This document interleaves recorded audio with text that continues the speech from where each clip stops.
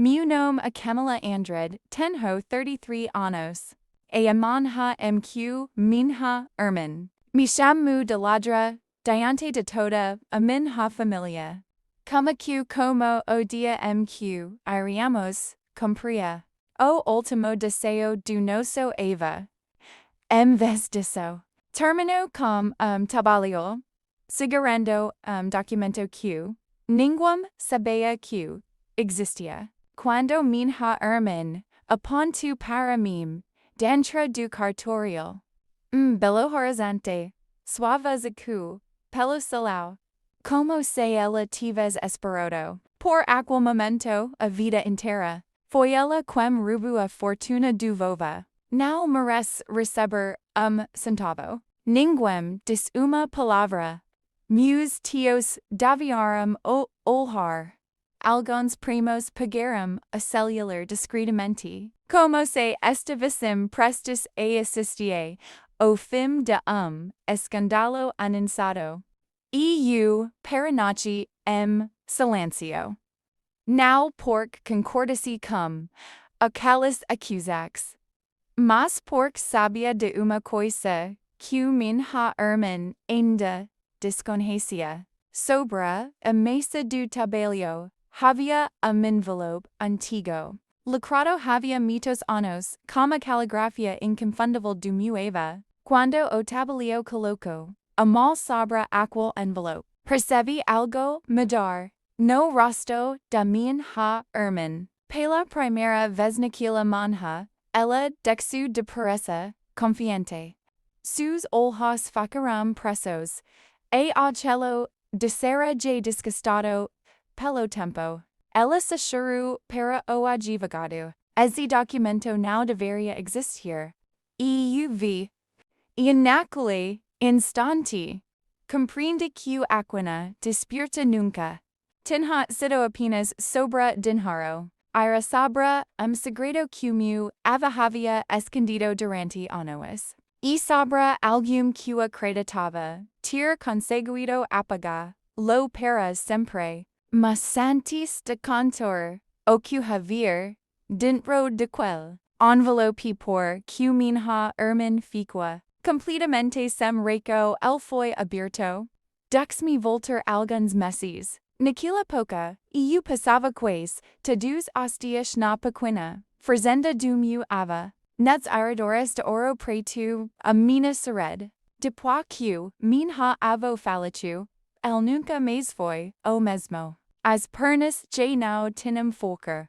A memória às vezes falhava por alguns minutos, mas havia uma coisa que continuava intacta. A maneira como ele registrava tudo cadernos antigos, guardados armário de madeira que ele mantinha, sempre trancado.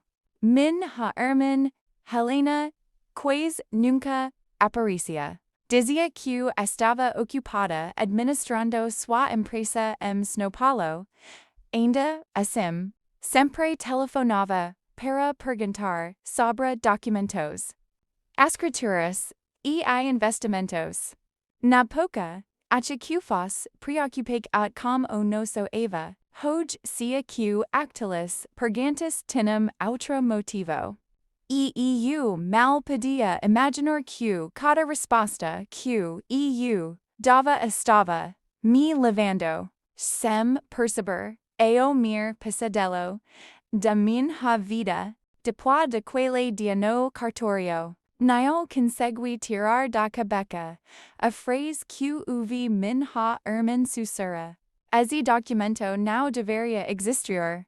Se ela tinha tanta certeza disso, porque já sabia exatamente o que havia dentro dele. Eu acreditava ter feito alguma coisa para impedir que fosse encontrado. Nos meses que antecederam a morte do meu avô, foi eu quem o acompanhou consultei as médicas. Pago cuidadores quando foi necessário e organizei todas as despesas da fazenda. Nunca considerei aquilo sacrifício. Ele havia cuidado de mim durante a infancia y agora era minha vez de retribuir. Helena aparicia apenas em ocasiões específicas, sempre chegava bem vestida, trazendo presentes caros e falando alto para que todos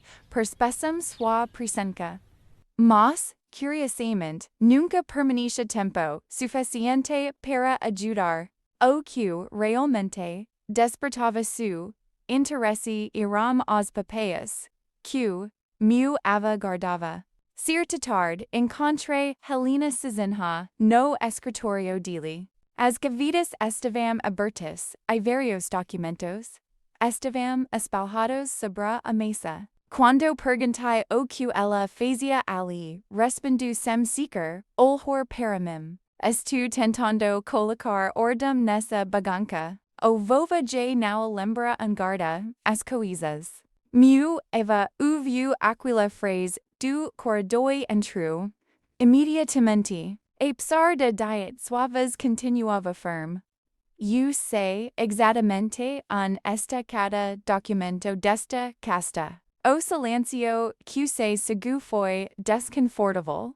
Helena sorriu, pediu desculpas e mudou de assunto. Naquele momento achei que tudo tivesse terminado ali. Hoje percebo que aquilo foi apenas o primeiro aviso. Algumas semanas depois, comecei a notar pequenas inconsistências. Extratos bancários que costumavam ficar arquivados desapareceram. Uma pasta contendo registros antigos propriedade simplesmente sumiu. E o computador do meu avô passou pedir uma senha diferente de que ele usava havia anos. Quando perguntei ao gerente do banco sobre algumas movimentos, ele respondeu que alterações recentes haviam sido solicitadas por representante autorizado de família. Meu avô ficou confuso. E eu nunca autorizei ninguém.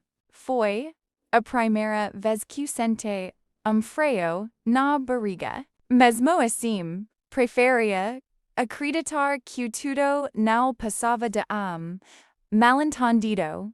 Eu queria preservar a paz da família.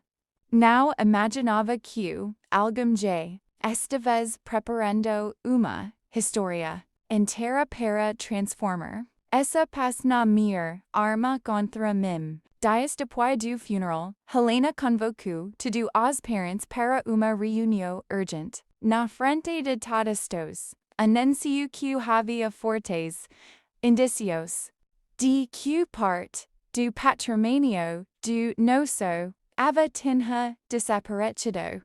Então virou lentamente o rosto na minha direção. Antes mesmo que eu pudesse dizer qualquer palavra, ela pronunciou uma frase que mudou completamente a vida da nossa família. Acho que tudo aqui já sabem como fico sozinho com o vovô durante todo esse tempo.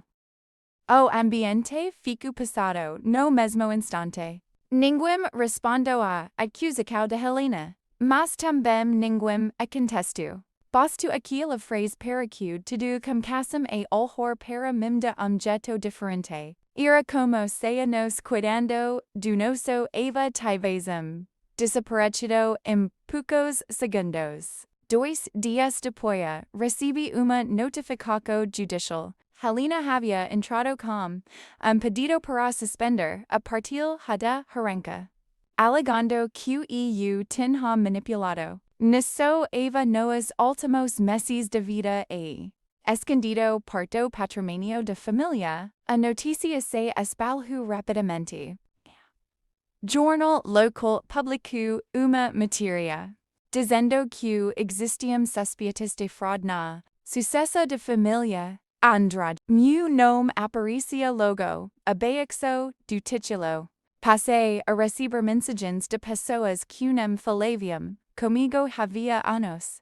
Algumas perguntavam se aquilo era verdade. Outras simplesmente desapareceram da minha vida. Foi quando procurei advogado especializado direito sucessorio chamado Dr. Ricardo Menezes, Belo Horizonte. Depois de ouvir toda a minha história, ele fez apenas uma pergunta. Eva confiava registros escritos. Sorri pela primeira vez vários mais do que qualquer pessoa. O advogado fechou a pasta e respondeu calmamente. Algum caminho, algum caminho amaro. Quem tenta apagar a verdade quase sempre esquece uma cópia. Durante essa reconstruimos cada movimento financeiro dos últimos 3 anos. Recebes, transferências, notas fiscais, comprovantes de tudo. Foi nesse processo que encontramos algo impossível de ignorar. Existia contrato de cifra orale, usando uma das propriedades do meu avô como garantia. O valor ultrapassava R$2.000. Eu nunca tinha visto aquele documento. O mais estranho era que meu avô sempre repetia que jamais colocaria suas terras como garantia de qualquer dívida. Quando observamos a assinatura, senti arrepio. Ela era parecida com a dele, mas havia detalhado. Meu avô sempre escrevia a letra do sobrenome. Andra.com pequeno troco na base. Habito que manteg durante décadas. Naquele contrato, esse detalhe simplesmente não existia. O Dr. Ricardo pediu imediatamente uma perícia grafotécnica. Enquanto aguardávamos o resultado, Helena parecia cada vez mais segura. Entrevistas. Dizia que, finalmente, preveria quem eu realmente era. Mas ela não sabia que o tabelião usado, o registro completo da codeia documentos dexidos pela minha avó, nem que existia envelope lacrado aguardando autorização judicial para ser aberto. Na noite anterior à audiência, o Dr. Ricardo colocou aquele envelope sobre a mesa do escritório. Olhou diretamente para mim e disse voz baixa: Camila, se o tentado confirmar o que eu estou imaginando. A mano essa disputa dixe dizer apenas uma briga por herança. E pode se transformar em uma investigação criminal. Na manhã seguinte, entrei no fórum com o coração acelerado. Na precisava descobrir por que meu avô havia deixado aquele envelope escondido por tantos anos. Quando o juiz autorizou a dura do leitor, o tabelião reiterou cuida de semente, conjunto de documentos amarelados pelo tempo. O primeiro era uma carta escrita de proprio punho pelo meu avô. A sala ficou completamente em silêncio enquanto o juiz começava a ler. Se esta carta estava sendo aberta, a por algum tento transformar minha confiança em uma arma contra a minha própria família. Sentei-me na garganta. Na sequência, apareceu relatório, elaborado por perito contratado pelo meu avô quase ano antes de sua morte. O documento concluía que várias assinaturas recentes atribuídas-se ele apresentavam fortes indícios de falsificação. Mas aquilo era apenas o cômico. Havia também extratos bancários, registros de transferências, uma declaração assinada por antigo contador de família. Todos apontavam para a mesma direção. Durante meses parte do patrimônio havia sido desviada por meio de empresas liquidadas. a uma pessoa muito próxima de nossa família. Quando o nome apareceu, Helena perdeu completamente a expressão. Era o depródio socio dela. O relatório mostrava que o dinheiro nunca passou pelas minhas contas. Pelo contrário, os registros comprovam que o EU havia usado recursos pessoais para pagar despesas do meu avô enquanto o patrimônio dele era reduzido por operex que el jam autorizou. O advogado de Helena tentou contestar os documentos. Mas o perito nomeado pelo tribunal confirmou a autenticidade dos registros e da carta. O juiz encerrou a discussão com poucas palavras. As acunac contra a senhora Camila não encontram respaldo nas provas apresentadas. Naquele instante senta peso enorme dos meus ombros. Helena aboxa cabeça. Pela primeira vez desde o início daquela disputa. Ela não encontrou nenhuma justificativa. Meses depois, as investigações confirmaram o esquema de fraude financeira. Os responsáveis responderam judicialmente pelos atos praticados e a administração do patrimônio. Do meu avô foi reorganizada de acordo com a vontade que ele havia deixado registrada. Antes de morrer, meu avô não tentou proteger apenas uma herança. Ele tentou proteger a verdade. Ele ser de forma naquele dia, olhe para o seu de belo horizonte e percebe que a minha recursa que ele me doxou nunca estive nas fazendas, nas contas bancárias ou nas imóveis. Foi a certeza de que a verdade pode demorar para aparecer. Mas quando ela chega amparada por provas, nenhuma mentira consegue permanecer de pé por muito tempo.